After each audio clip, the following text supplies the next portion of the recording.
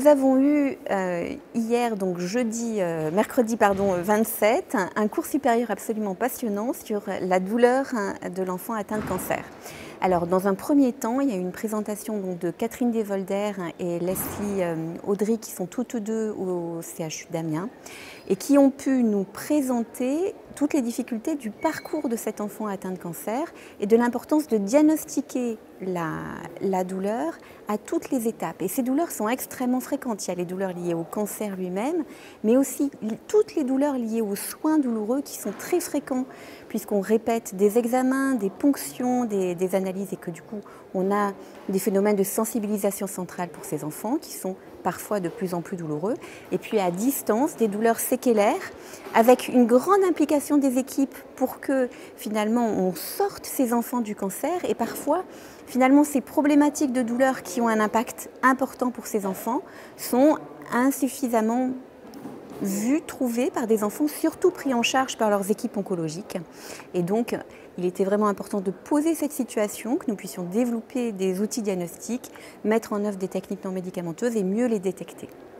Après avoir planté ce décor de la prise en charge des douleurs de l'enfant atteint du cancer,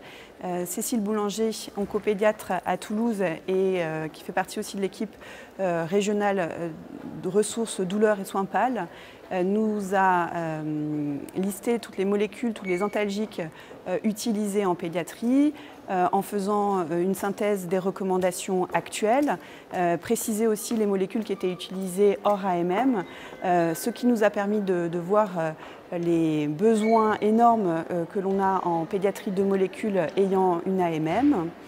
Après donc, toute cette présentation de médicaments, le troisième temps était un temps vraiment important, là présenté à la fois par Marielle Cartal et le docteur Marianne Sévèque sur que faire quand la situation finalement est trop compliquée pour ces équipes oncologiques, et donc quelle peut être la place de l'équipe douleur dans ces situations de douleur en cancérologie. Et donc on a essayé de montrer l'importance de ce rôle tiers pluridisciplinaire qui permet de prendre un peu de recul, qui donne aussi un espace à l'enfant et la famille pour pouvoir poser cette problématique de douleur sans que le poids de la douleur interfère avec les décisions oncologiques, car c'est des décisions souvent difficiles. On a parlé donc de ces douleurs rebelles pour lesquelles des techniques hors AMM doivent être mises en œuvre, médicamenteuses, non médicamenteuses, et aussi des situations de douleurs réfractaires où il faut parfois pouvoir discuter une sédation, et ce, de manière collégiale avec l'intervention d'un médecin douleur. Et puis dans un dernier temps, donc Madame Cartal nous a présenté les techniques plus invasives auxquelles on n'a pas assez recours chez l'enfant, tout ce qui est anesthésie loco-régionale, pose de cathéter, également des chambres péridurales qui peuvent tout à fait permettre à des enfants qui ont trop d'effets secondaires avec les traitements classiques, Péros ou IV, de pouvoir finalement passer des phases. Il y a aussi bien sûr les techniques de pompe intratécale, mais très difficiles à mettre en œuvre, sauf pour des grands adolescents en raison de la taille de la pompe. Et puis aussi finalement toutes les techniques du champ de l'oncologie, comme les techniques de radiologie interventionnelle, auxquelles on a aussi besoin d'avoir recours.